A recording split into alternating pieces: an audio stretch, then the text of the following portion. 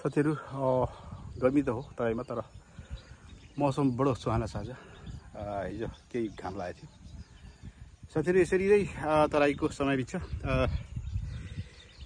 गर्मी पनि हुन्छ, फेरि यसरी राहत पनि मिल्छ। यस्तै छ। म चाहिँ अहिले यहाँ हाम्रो सेरे चोकसम्म जाँदैछु। यतिकै नहरको पानी हेर्नुको लागि।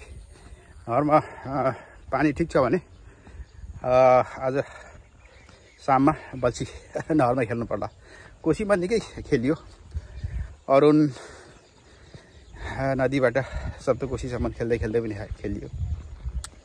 अहिलेसम्म ठुलो माछा पार्ने सौभाग्य चाहिँ जुरेको छैन। हेरौँ साथीहरु, कन्टिन्यू छ फिसिङ। हेर्दै जाउँ, कुनै दिन माछाको ब्याड लक मेरो गुड लक होला। त्यो समय पर्खिरहेको छु। ल साथीहरु, अहिले म सुनसरी महेन्द्रनगरको बसाइमा छु। माछालाई कन्टिन्यू फ्लग गरिरहेको छु। हेरौँ साथीहरु, माछा कुन्नी चाहिँ ठुलो पर्छ होला। ल साथीहरु, है त।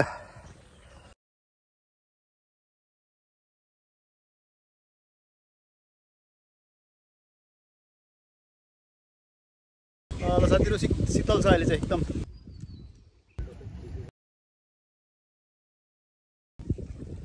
पानी परेर होला, पानी धमिलो छ। लाग्यो ल भाइ, लागौँ है त।